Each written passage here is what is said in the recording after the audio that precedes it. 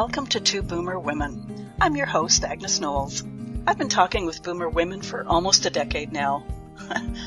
Well, I guess I've been talking to Boomer women all my adult life. Reinventing myself several times along the way, though, but always focused on us, Boomer women. With this incarnation of Two Boomer Women, I'll be interviewing other women who have a message of interest for our demographic. If you want to hear about or learn about something specific, let me know and I'll find someone who understands us to talk about it. There's a contact page at twoboomerwomen.com. If you want to be a guest on Two Boomer Women, bring it on. There's an application form at the website too. Finally, this show is all about conversation. We women know its value. We know how to do it, and we must perpetuate the art form. So let's get started with today's show.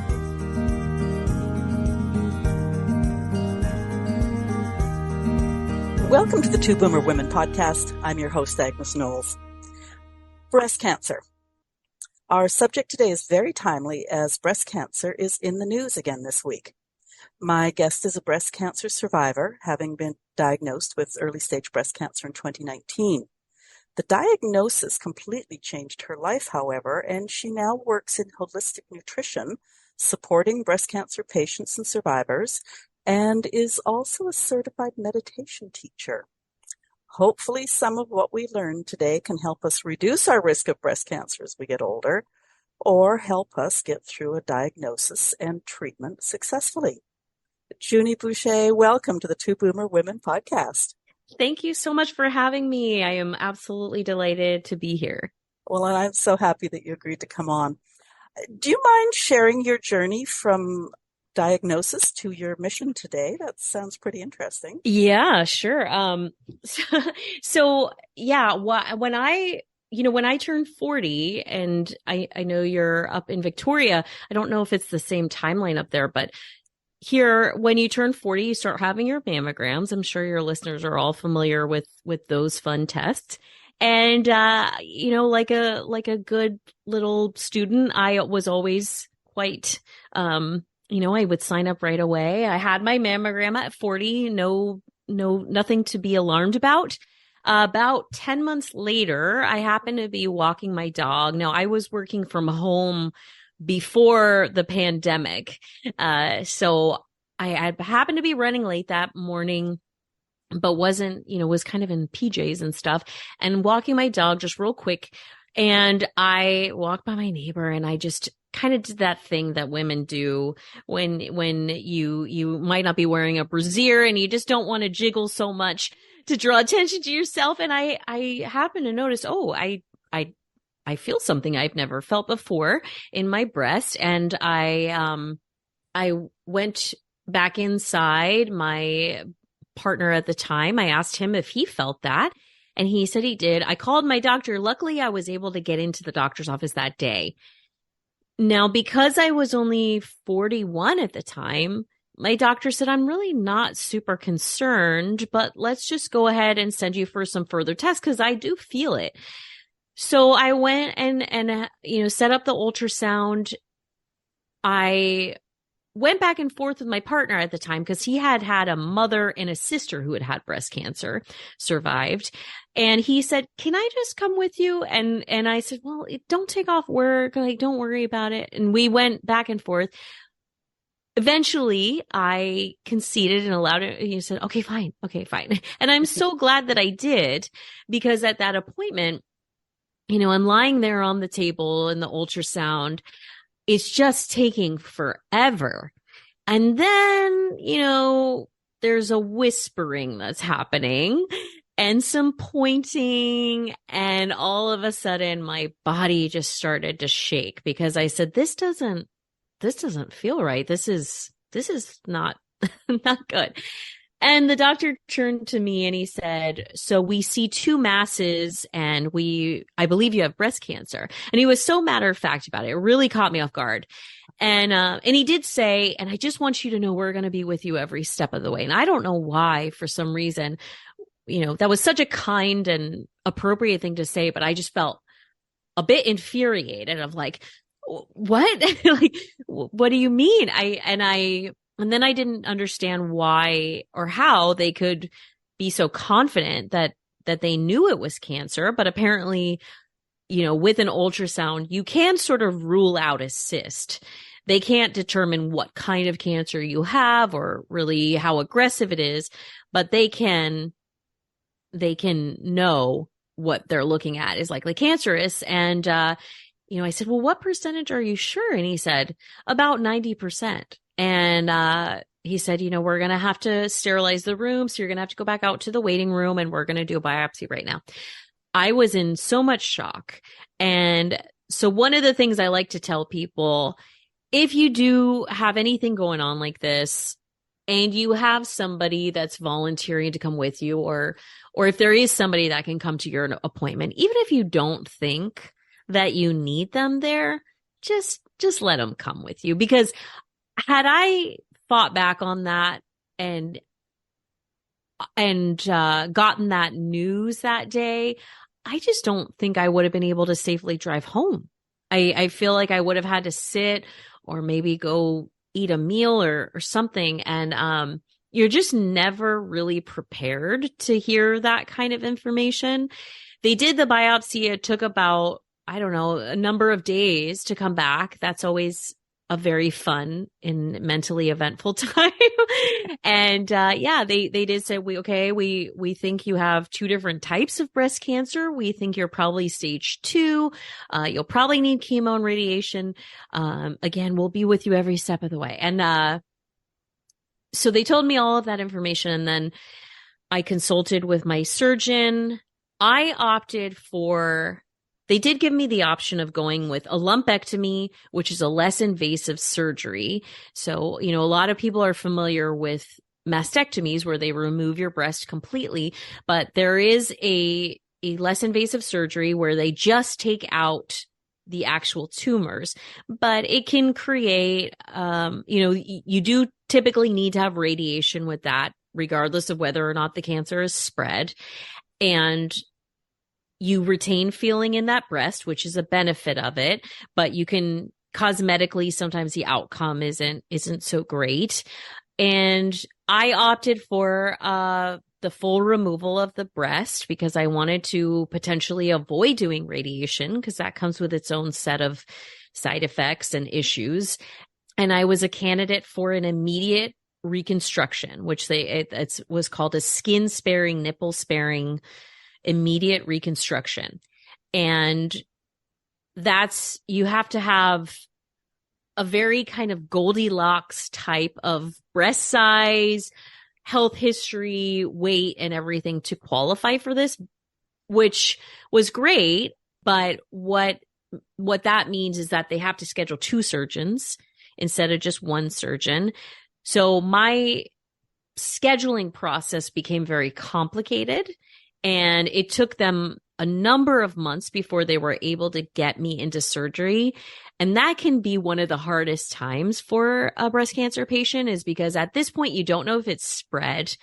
You don't know a ton about what's actually going on because they're really only estimating what they see on the ultrasound and during the biopsy. And so a lot of women, even though in many cases, a lot of cancer is very slow growing. Not all of it.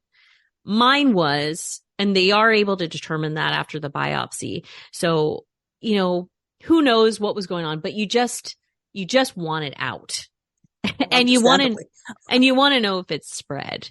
And, so those were really stressful months for me, but I did a lot during that time to take care of myself, to nourish myself as best I could, to get movement in, all of these things that are really key to healing. And so when they did do the actual surgery, I was in a unique situation where it was a lot less advanced than they thought it was. They only found 1 mass. They only found 1 type of cancer cell. It was much smaller than they thought, and it hadn't spread. So, I can hypothesize that some of the things that I was doing potentially, could have shrunk the tumor. I was playing with fasting protocols and a therapeutic ketogenic approach. which can potentially do that. I was doing a lot of stress work. I went on medical disability so I could really, really focus on my healing. And I got a lot of love from my community. So, but I don't know. I don't know what happened. I just feel grateful that it was a bit less serious when they got in there. So they were able to do that surgery. I was able to avoid the radiation. And then they did a test on me called the oncotype test, which women who have early stage cancers are sometimes eligible for this test. And it determines whether or not chemotherapy is going to be more harmful or beneficial for you. And with certain types of cancer and with breast cancer, most of it is hormonally driven. So that type of cancer doesn't always really respond to chemo. And in my situation, it was very clear that it wouldn't be beneficial for me. So I was able to skip chemo. They gave me a prescription for a hormone blocking medication that they wanted me to be on for 10 years because I was a little bit younger, and said, okay, don't let the cancer come back.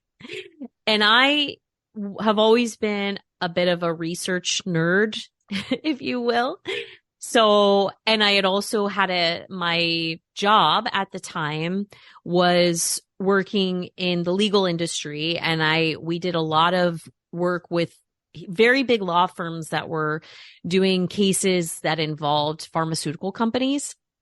So I had some bias about, I'd seen a lot of things in terms of the FDA approval process, how drug companies work. And, I'm not anti-pharmaceutical, but I do have a little bit of, I like to call it healthy skepticism.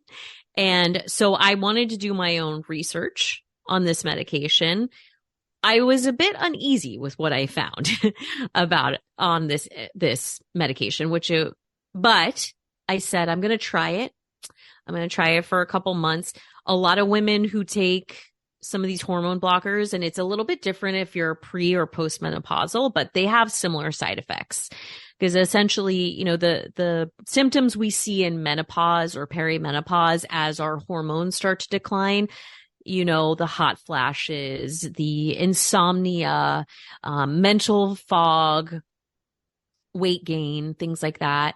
These are all similar, or mood swings. These were all things that you see with these blockers because it's sort of putting you into like a menopausal state. That's a very simplistic way of explaining it.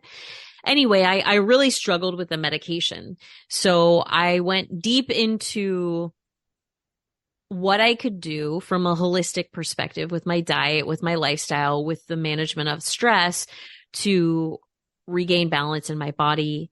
And I also really started to look at my life, my happiness, and like so many women who are probably tuning into the podcast, as you get older, you just kind of stop caring so much about doing everything for everybody else.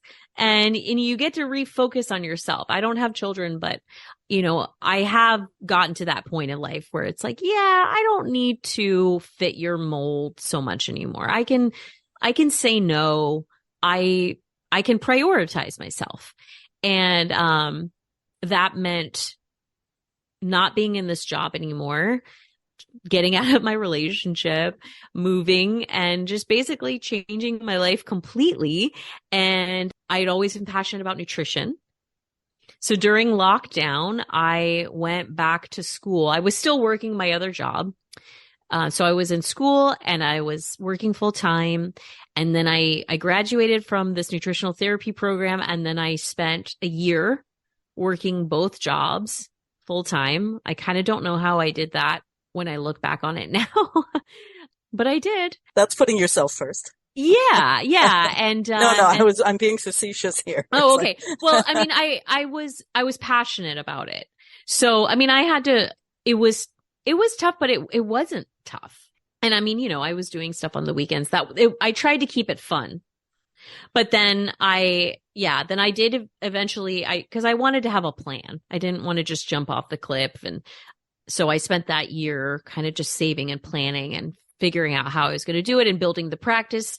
And then I did eventually quit that job and, have just gone full force with this because I do think that what I've learned as I have honed my knowledge and really focused it on breast cancer prevention, that there are so many things that we can do to reduce our risk that people aren't aware of.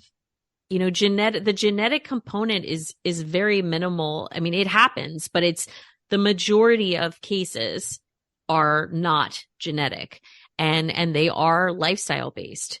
So we aren't helpless. And for some people that feels overwhelming to think that, there are things that can cause breast cancer that you're doing unawares. But to me, I feel like it's very empowering if we understand that we don't have to be fated. Even if you have a BRCA gene, which is the genetic predisposition to breast or ovarian cancer, that doesn't mean that gene is going to express. Like, there are things that you can do. So it's kind of become my mission to help women find more balance in their life, and through a holistic approach, so that they don't have to go through this. Because at this stage in the game, 1 in 8 women are diagnosed with breast cancer, and that it's an epidemic. Well, and I'm glad you mentioned prioritizing yourself, because quite honestly, I think too many boomer women don't do that. Mm-hmm. And it's a constant thread through so many of my guests of, guess what? You have got to start prioritizing yourself for so many reasons, just so many reasons. Yeah. And now you're adding another reason. So that's great. Well, yeah, I mean, my message a lot of times is don't wait for a health crisis to start prioritizing yourself. I mean, it is a real quick way to find motivation. But it's also expensive and painful and challenging. And whatever happens. I consider it a gift that I had this very scary mirror held up to my life that said, we got to make some changes here. But, you don't have to wait for that wake-up call, that painful wake-up call to start making changes now. And it doesn't have to be a complete overhaul all at once. I'm going to get into mid-age women and all the stuff that we're going to talk about, but it seems like there are more and more younger women being diagnosed these days. Is that because of just better diagnostic tools, or is it lifestyle, environment? I think a lot of it is both, to be honest with you. I mean, we're getting a lot. Yeah, there is definitely a trend, and they are doing more early detection.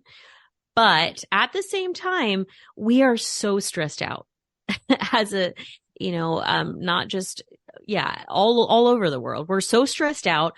We are constantly being washed in endocrine disruptive chemicals. Whether you use organic or non-toxic products, you're still going to get exposed no matter what happens. I mean, the receipts at the grocery store, that ink is an endocrine disruptor, contains BPA, so plastics, anything plastic, chemicals in the air, your neighbor sprays Roundup on their lawn or some kind of weed killer, you're not doing it, but you're still being exposed to it. So, we can't control those kinds of things, but what we can control is keeping our detoxification pathways clear. So that's why it's so important to eat a sufficient amount of fiber to make sure that you are eliminating daily, that you're hydrated, because we detoxify through sweat, through urine, through bowel movements,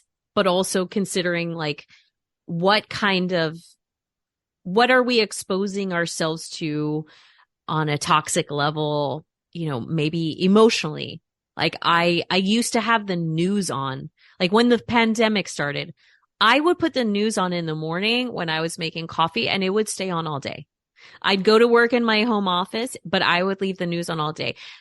I don't know if I would have, my anxiety was through the roof, just like everybody else. But like, so we're constantly giving ourselves this IV of fear when we do things like that. Like allow yourself some space. Yes, we need information, but do you need that much information?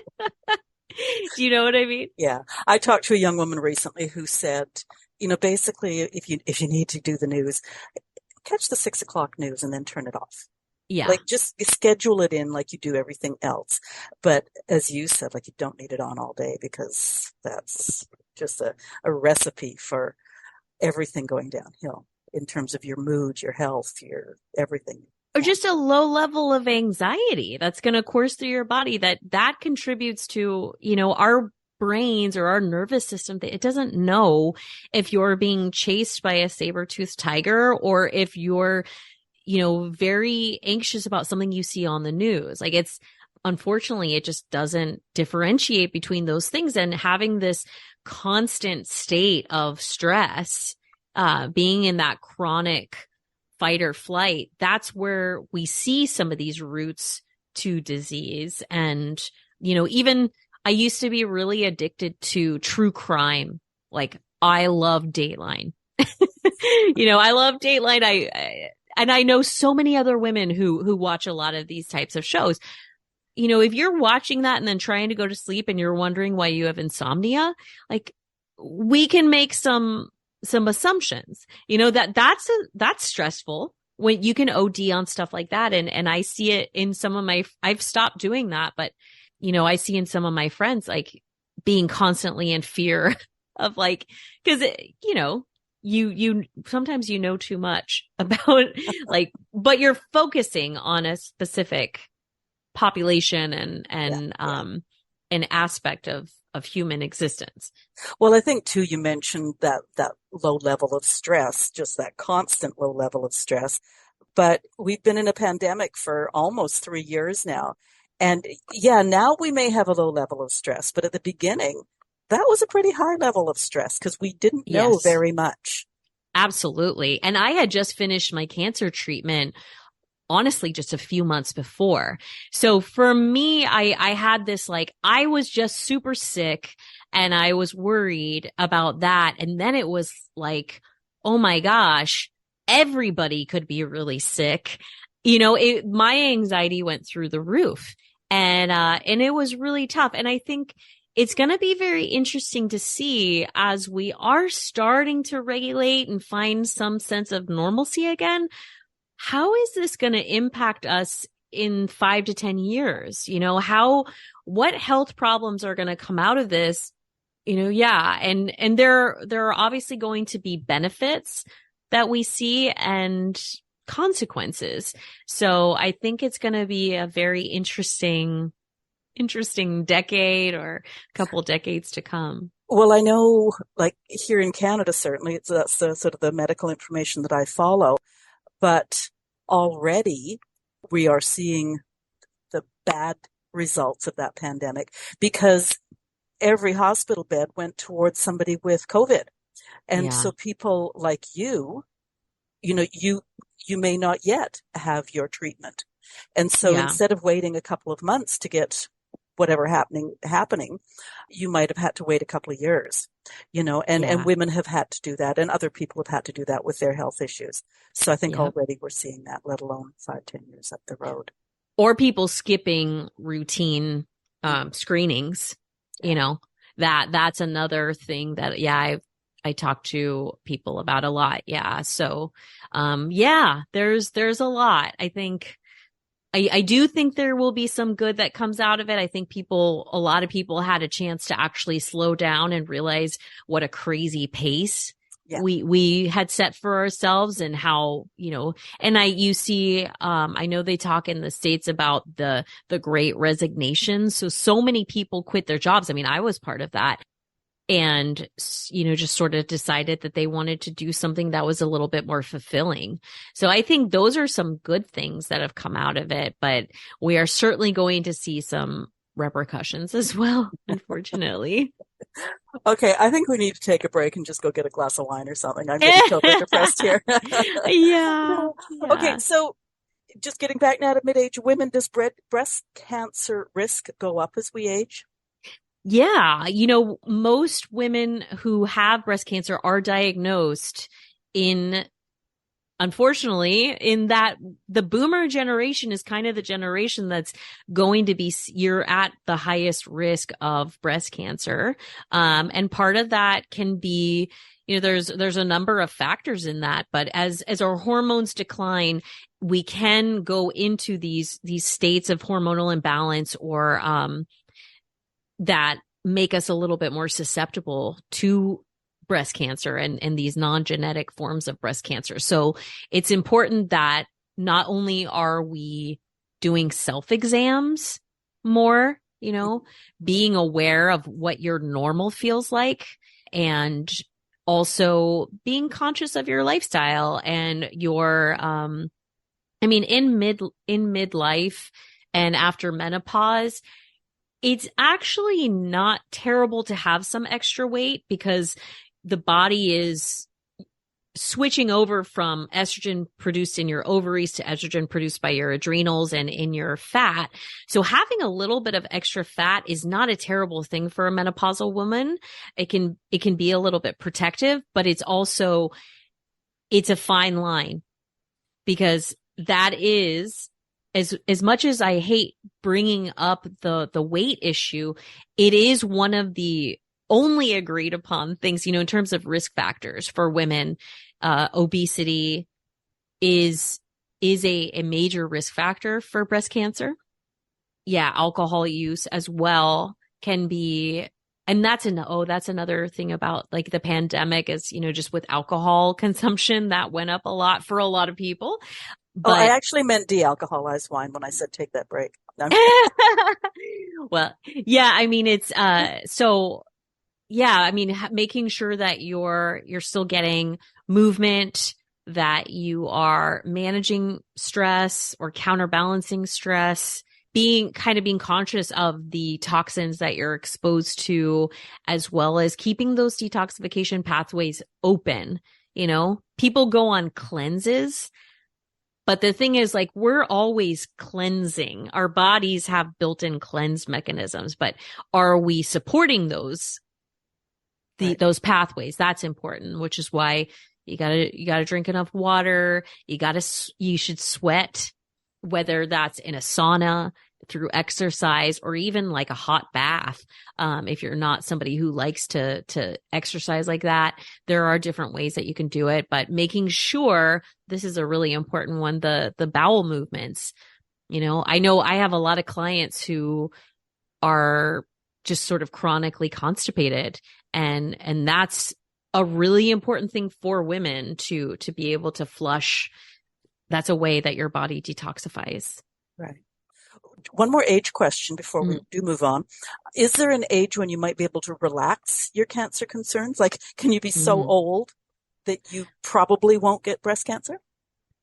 That is a really good question, and I'm going to be completely honest with you. I don't know the answer to that. Oh, okay.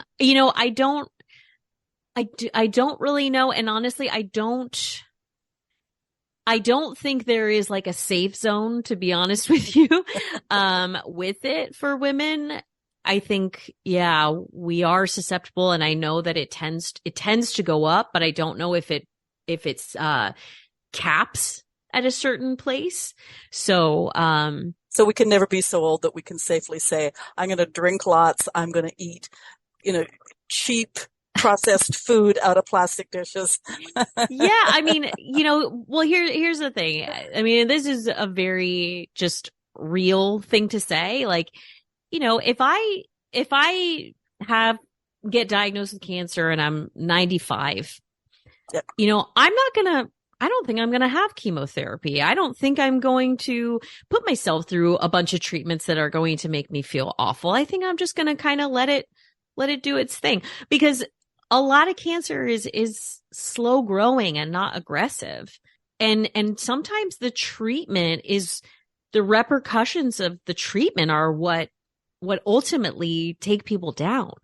So, I really believe there is a point in life. I mean, yeah, I do think about that as a survivor.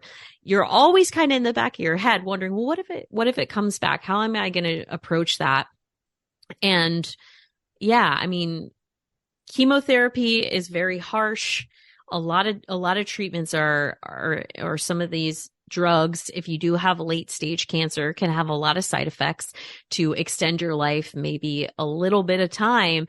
So I really think it always comes down to personal choice and, prioritizing what you want. And is it a quantity or quality thing? Like, that's just the reality. Yeah. I've actually worked with the frail elderly and dementia clients and stuff like that for a lot of years. And that's exactly what they say is like, if I get a diagnosis now, it's like, let it go, because there's got to be some quality to life. And that is pretty quickly removed from what I've heard with chemo, radiation, all those things. So yeah, especially if you are already not in, a state of health that feels very robust. Like, because I mean, chemo is they're chemicals that were derived from mustard gas. Like it's very harsh. And there's not, the statistics, to be honest, are not like great with chemo, but it's what that medical model feels like they have to work with right now. So, my Apple Watch is responding to that. So, there are options, and yeah, me personally, at that point, I think I'm just going to let it ride and just do what I want to do. Yeah, no, absolutely. But that's not everybody's decision. Yeah. Now, before we move on, I don't know if we need a reminder that you're not a medical doctor. I think you've already emphasized that, nothing we say today and anything like that. You've emphasized getting checkups, medical advice. Like, I'll just slip that in there now before we move on. Absolutely. Yeah, absolutely. And, I think, obviously we have to run any ideas through our doctors, but, there are just like other ways that you can support your treatment and kind of help support your body through the healing process. And that's what I like to do. But yeah, I mean, you learn a lot about working in this world. You learn a lot about different things that are going on. And yeah, these are just my opinions. This is definitely not medical advice. Yeah. Now you've already, touched on some of the things that we can do to help reduce our risks. Are there any other things? Like I understand about the plastics and about stress, environment, exercise, like all those things. Is there any other things that we haven't really? Yeah, I mean, I definitely want to mention vitamin D. So vitamin D is, that's a really important thing that you have good levels with. And as we age, it actually gets harder for our body to keep those levels at an optimal state. So that's something that comes up a lot in terms of like risk reduction is having sufficient levels of vitamin D, which we get mostly through the synthesis of sunlight. But, if we live in some of these colder climates, or like I'm here in the Pacific Northwest, like you have to, during these months, you have to supplement. You can't just go out for, 15 to 20 minutes, not burning in the sun. But yeah, like you have to supplement with things like that. That's a really big thing that I think everybody kind of agrees on. And there have been a lot of studies done that show that most people diagnosed with breast cancer have low levels of vitamin D. And that's just something that's good for your immunity, because we all have cancer cells in our body, and our bodies are able to fight those off. What happens when you develop cancer, something has gone a little bit awry, whether it's just your immune system isn't able to keep up, or a lot of people have some kind of a stressful or traumatic event that there have actually been scientific studies done on this too. And I've noticed with my clients, a lot of women have had maybe a divorce or some type of, particularly painful emotional trauma in, some years prior.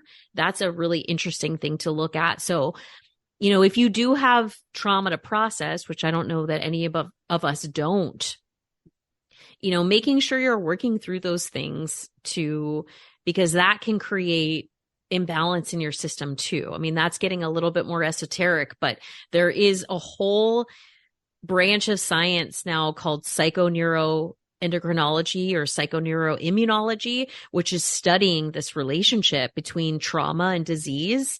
And it's quite fascinating. And with breast cancer specifically, in how it pertains to women, there are a lot of ideas about this heartache, whether maybe the loss of a child or a divorce or something like that, that many women report having that. And I think it's a very interesting concept. So that's not to put a burden on people of like, if you have trauma, you're going to get cancer. But it's really just a reminder that I believe there is a mind-body connection and that our body stores our emotions somehow. And if you push that stuff down, it might come back to haunt you in some way. So, process emotions, get therapy if that's, if you're struggling, and really try to find your way through and let go of resentments and process your trauma. Yeah. Well, and we're talking about cancer today, but, like any of the sort of the big health issues will admit that their origins can be in stress, trauma, etc. Yeah. I'm currently pre-reading a book for a career therapist counselor, and she goes into that in great depth and detail about the mind-body connection. So do you feel aligned with that concept? Oh, absolutely. Yeah. Now, before we get into a little bit more of that, and this might not be in your wheelhouse either, but can you give us any overview about the stages of cancer? Because you hear about stage 1, stage 3, stage 4, like. Yeah. I mean, I can give you like the basics. I mean, yeah, okay. The stages are ultimately determined by the size of the mass, whether it's spread. So like with breast cancer, for instance, is it contained? Like there's something called DCIS or stage 0 cancer, where it is contained still like in the milk ducts or something. So it's not it has not become invasive yet. Once it's usually what happens, and one of the reasons why they do in your surgery, they typically take some lymph nodes, is to determine, okay, has it spread beyond the breast into the lymph nodes, where then it can potentially move throughout your body because your lymph system circulates throughout your body. So they're looking at, how far has it gone? Because a stage 4 metastatic breast cancer could be breast cancer that's gone into your brain or your bones or, another part of your body. You might not even have breasts anymore. Maybe you had both breasts removed, but there was a breast cancer cell that metastasized to another part of your body, and then it becomes stage 4. So yeah, it's really looking at like how advanced things are, and that kind of determines your treatment options, your approach. And it doesn't necessarily always dictate how long it's been in your body, because some are fast and some are slow growing. Does that answer? Yeah, no, question? That really helps. Yeah. Okay. Yeah. So can you have once again, I'm getting a little bit more clinical here. I don't know if it's in your bailiwick, but can you have a stage 4 that hasn't metastasized, or is stage 4 probably means it's metastasized somewhere in the body, somewhere else in the body? That is a good question. And I don't know. Usually, stage 4 is kind of the most advanced stage. Okay. And I was just going to say, maybe if we can't come up with a definitive answer, that is something for somebody to ask their doctor if, yes. If they've got cancer and if it's a higher stage. You would 100% be able to get a question like that answered by your oncologist. Yeah. But I think, and I think it has to do I know metastatic means that it's spread to like another, it's more systemic. Yeah. And I think most stage 4 is probably there. But, you know, it doesn't, just because you're stage 4 does not mean that you are not going to be able to survive it. I know a lot of stage 4 people that have turned it around. You know, so never give up hope. Yeah. Yeah. And so maybe from giving up hope, we can go over to that whole stress thing. Probably you would suggest that if a person does not have any cancers, whatever, but knows they have a pretty good stress level in their life, that they should deal with the whole stress thing. Absolutely. Yeah. I mean, and that's why I went and got a 200-hour meditation teacher certification after I had been in my nutrition practice for a while, because I just, oh my goodness, everybody is so stressed out that, you know, it's very difficult to make healthy changes if you are not managing your stress. You know, and when we are anxious, we are literally programmed by our hormones to, you know, go for comforting foods and look at ways so that we can self-soothe. And if we don't have the tools, then, you know, of course you're going to want to eat cookies, like, because that works for you in the moment. It's not going to work for you in the bigger picture. Like, ultimately, it kind of creates a little bit, like, it just makes the problem a bit bigger. But yeah, I tend to tell people that, yeah, if you are feeling overwhelmed, you know that you can make some improvements and you don't know where to start. I usually tell people, yeah, start with finding ways to counterbalance your stress, whether it's restorative yoga, meditation, journaling, just taking a walk every day, saying no to something. Like, start there. And also with sleep, you know, if you're not sleeping, you got to find a way to prioritize your sleep. Like, you can start, just kind of start at the base level, and then it'll make every little other change get a bit easier to accomplish. I think earlier you mentioned that by boomer age, you probably have had some traumas, some events happen in your life. So all the more reason to jump on board. But if you are a boomer, or I guess a person at any age who says, no, I'm fine, nothing's happened, I have a great life, that probably isn't true. But even if it is still a good practice to start in with some of the restorative habits. Yeah. I mean, I don't think it's possible to be a human being and not need to find ways to fill your cup. You know, I mean, granted, like, I don't know, people can do life whatever way they want. And if they don't think they need to make changes, then I respect that.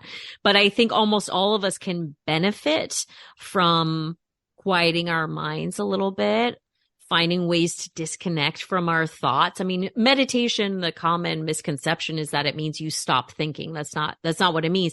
It just means that you understand that you're not your thoughts, and you have a lot more compassion for your thoughts and for your brain's self-protective mechanisms.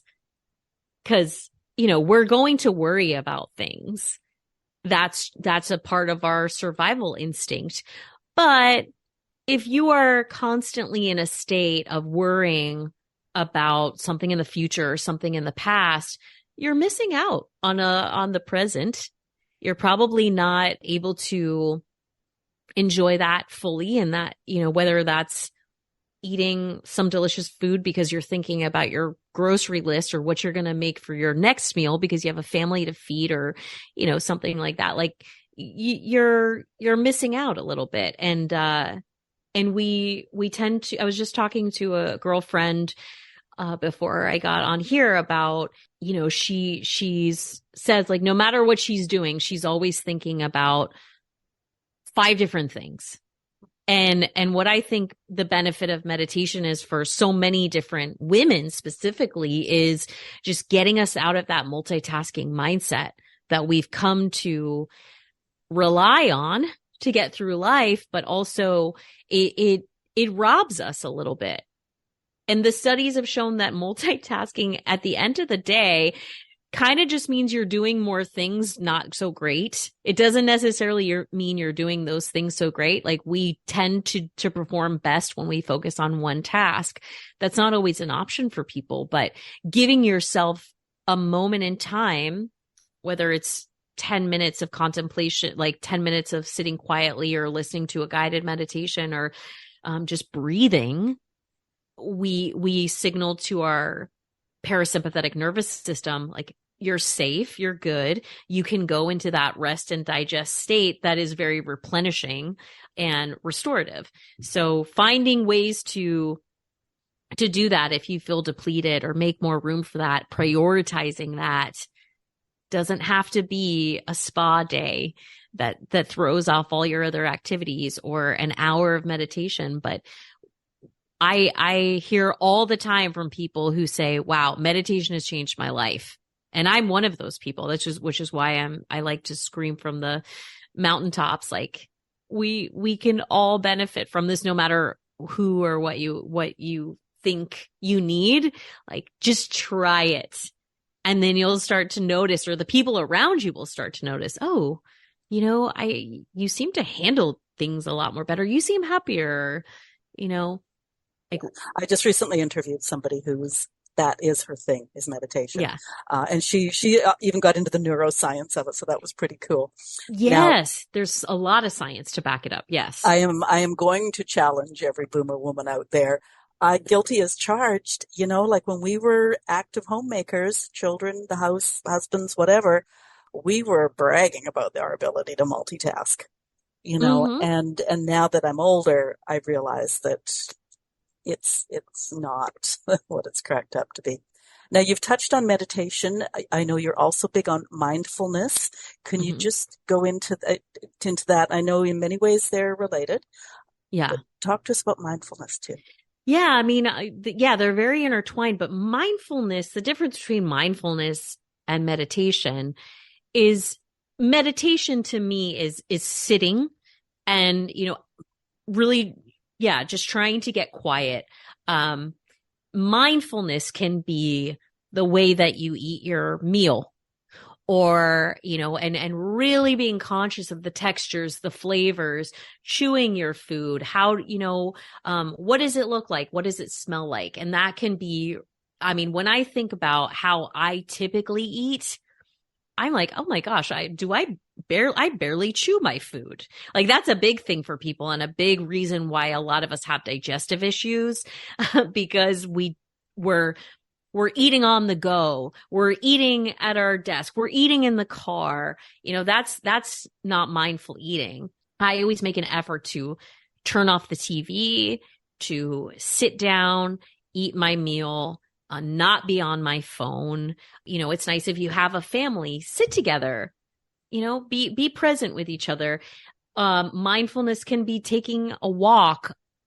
A lot of the times I have to remind myself, okay, I like to sometimes listen to podcasts or an audiobook on a walk. I like to walk a lot, but I also make sure to remind myself sometimes to just take a walk.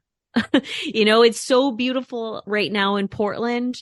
And I sometimes just make sure, like, what does the air feel like on my skin, this fall crisp air? Let me notice all the leaves changing color. These moments bring us back into the present. What I liken it to is, and I've just moved out to the woods, so I'm hearing you completely, but to take that walk and experience so many pieces of it and be present with it that you could tell somebody about it when you got back. That's a good way to look at it if you don't know how to approach mindfulness. Yeah. And I know for myself, I think I start my day with mindfulness because my one joy, my very first joy, is that first sip of coffee. Yes. I'm a bit of a coffee snob, and it's just like, Yeah. Oh, I'm with you 100%. Yeah. It is like I sometimes go to bed happy that I get to wake up so I can drink coffee, but yeah, like, so Ari, when you have that first cup of coffee, like, oh, do you smell the way the air smells when you're brewing the coffee? That first sip of coffee, like, do you feel the heat in your mouth? What are the flavors? What are the aromas? If it's, what is the color? Is it a deep dark brown? Is it, like looking at just being in your senses and present in that moment. And I think it brings a lot of joy. Yeah. Like the simple things. It's funny because I can even tell you what my coffee tastes like when I drink out of the wrong mug. Oh, okay. It's just not as good, not as good. So I have this mug I have to have. So anyways, okay. I'm going to move on to relationships, family, friends. Now, if I receive the diagnosis, it's my family and friends that struggle as well. And I'm not going to have the bandwidth to support them with my diagnosis. What do we say to them so they support us effectively?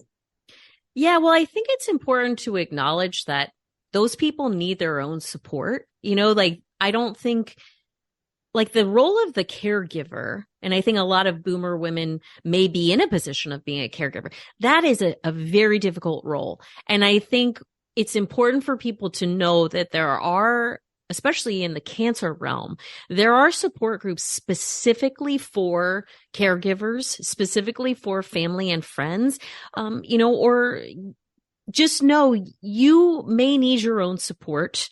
Again, the cancer patient, you have to set a boundary for yourself, because I think, especially with women, there can be this sense of guilt that I need to protect everybody else or shoulder their grief over my situation, or feel guilty that I'm some kind of a burden on them. So I think you have to get good at communicating what you need. If somebody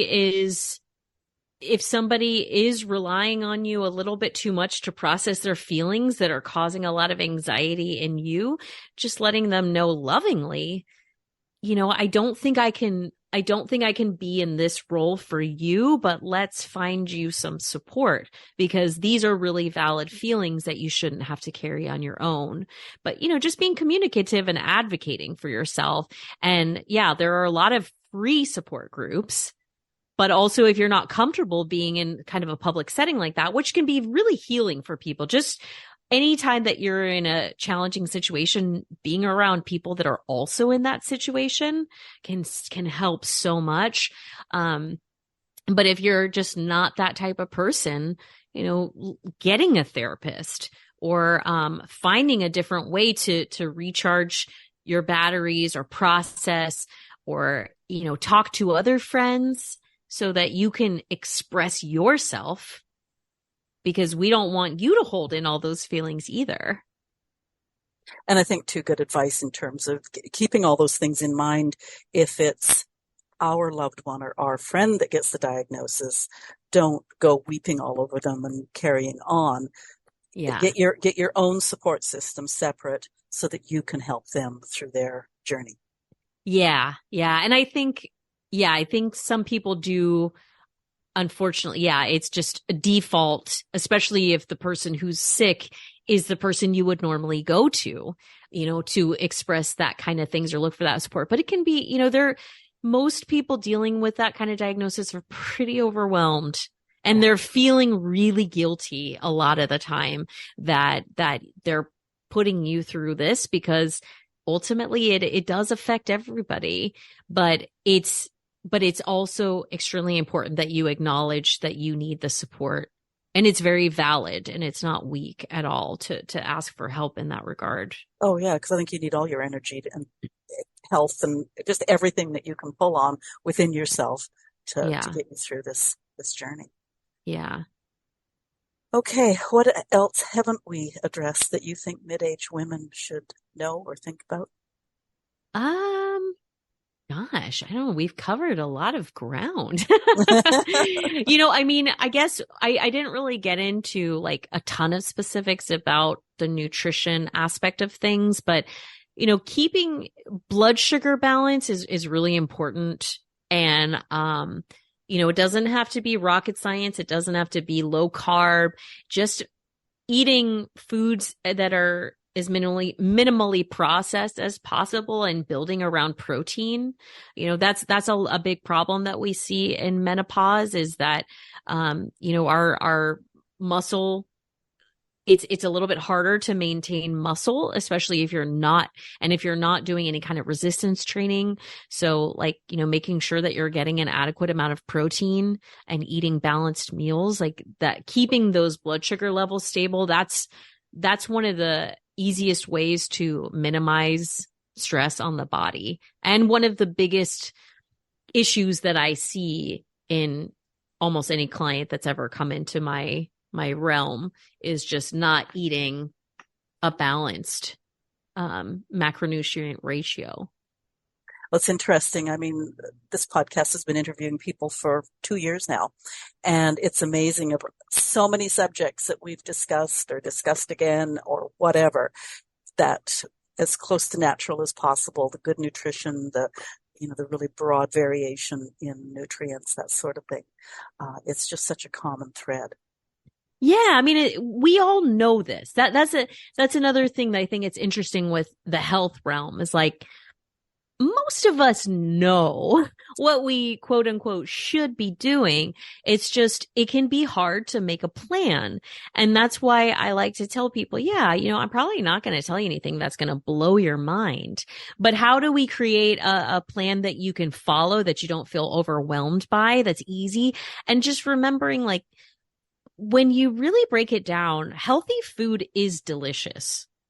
If you think about Thanksgiving or something, we're eating like a roasted turkey. That's delicious. Maybe some Brussels sprouts and mashed potatoes. Like that's a great meal that's mainly whole food ingredients. It doesn't have to be boring. It doesn't have to be fancy. It doesn't have to mean that you're eating steamed fish and like a plate of broccoli with nothing on it.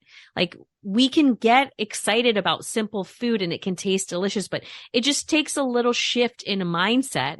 And we have to do a little bit of deprogramming because a lot of this processed food is literally engineered to be addictive, to activate these pleasure centers in your brain.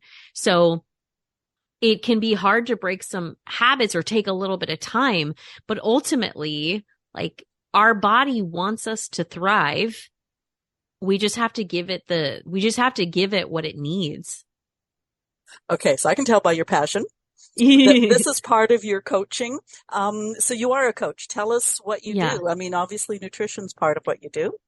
Yeah. I mean, I'm a nutritional therapy practitioner. So basically what I do, it's basically just another word for holistic nutritionist, but every state and everything has kind of like different parameters for that. So yeah, I work one-on-one with clients and we assess things like, your nutrients. I have a way of looking at and evaluating through symptoms that you may have, what nutrient deficiencies you might have. So I don't require my clients do supplements, but I can work with supplements that help bolster some of the efforts that you're making dietary wise. I mean, I tell people if you're going from a standard American diet and you're trying to change your diet to less processed food, we don't necessarily want to throw a bunch of supplements at you right away. Just start eating some real food, because supplements aren't gonna like let you keep eating McDonald's every day and change your life. That's not likely going to happen for you.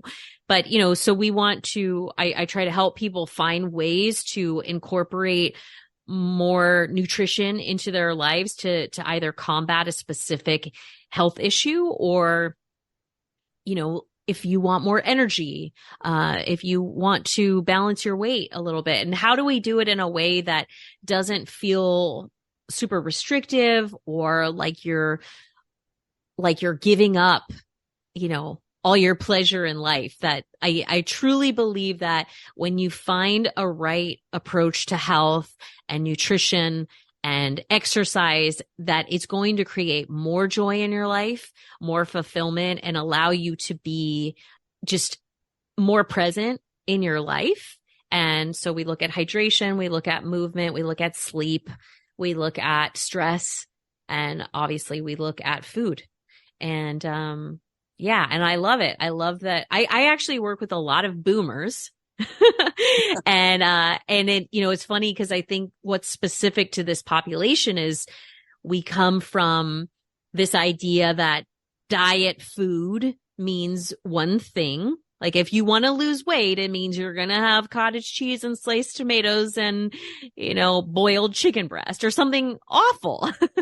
But it's also a generation that has a lot of fat phobia, that doesn't think they're allowed to eat butter, which is something that's like, yeah, actually margarine is a lot worse for you than butter. If you eat some grass-fed butter, that there's a lot of nutrients in that are great for you. Some good quality olive oil, we want to get those bad oils out. That's a big thing. Letting people know like fat is actually a very important part of our diets, and it's important to fight inflammation. It's important for hormonal balance. And so that's a big thing that I work on with boomer. I feel like boomer has, well, I guess, yeah, I mean, it's short for the baby boomer generation, but getting people over their fear of fat is a big thing. But it's good fats are different than bad fats.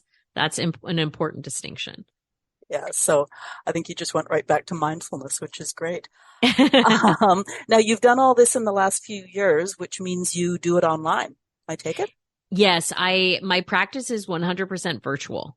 So I can work with people anywhere, and I love that. Yeah. It makes it really fun. Yeah. Okay. Plus you have a blog and a podcast. Yes, I haven't been super duper active on my blog, but I do have a blog that's through my website, junibewell.com. And I also have a podcast that's specific to the breast cancer population. So I bring on a lot of different experts who talk about different elements of healing, different parts of the breast cancer process. I bring on survivors who just might have an interesting story or perspective. And I just like to have a conversation about how to support healing, mind and body, when you're going through that process. Cool. What's your podcast called? It's called Ta Cancer. And that came to me, I think I was actually like meditating, and then I was coming up with a name, and I can't remember the other names that I came up with, but I all of a sudden that just like popped in my head, and I said, oh, well, I think that's the name of the podcast. Oh, that's great. Okay. So you sped right through it. Where do we find you on the World Wide Web? Yeah, I am most active social media wise on Instagram. And that's at Juni Bucher. I'll be sure to send you all these links. I'm also on Facebook, also Juni Bucher. And I started a TikTok account, although I don't use it that much. I don't know if that's something that folks that are older do so much. And you can find Tata Cancer on all the major podcast players.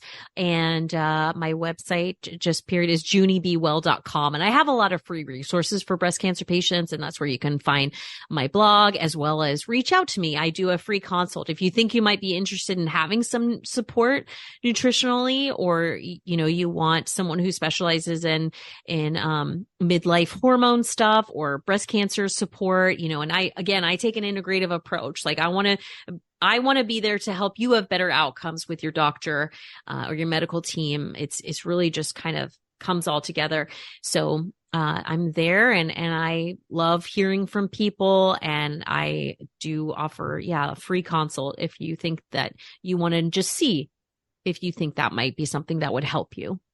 Cool. Okay. Now, listeners know that all the links are in show notes, and I will emphasize the fact that it's Juni Bucher, but in case you struggle with the spelling, check the show notes. Yes. Okay. Listeners, if you have comments on today's show, please talk to us. If you're listening at twoboomerwomen.com, scroll to the bottom of the page and leave comments there. We can be found as Juni said, all the usual places, Spotify, Google, Apple, iHeart, most of the places a person listens to podcasts. Feel free to leave comments there, and please leave stars and reviews. They help us grow. Before you go, hit the subscribe or follow button, and you'll be notified about future interviews with more of my great guests. Share this episode with someone who needs more health info. It might be preventative or therapeutic, and I bet there are a few changes you could implement in the near future to help you maintain good health. If you want to be a guest on the podcast or know someone who would be a great guest, there's an application form at the website. And I say this every week, if you want to hear wisdom on a specific subject, message me at twoboomerwomen.com.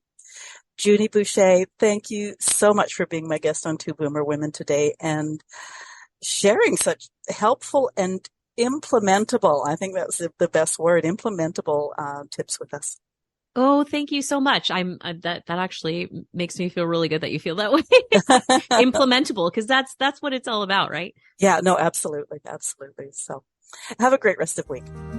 You too.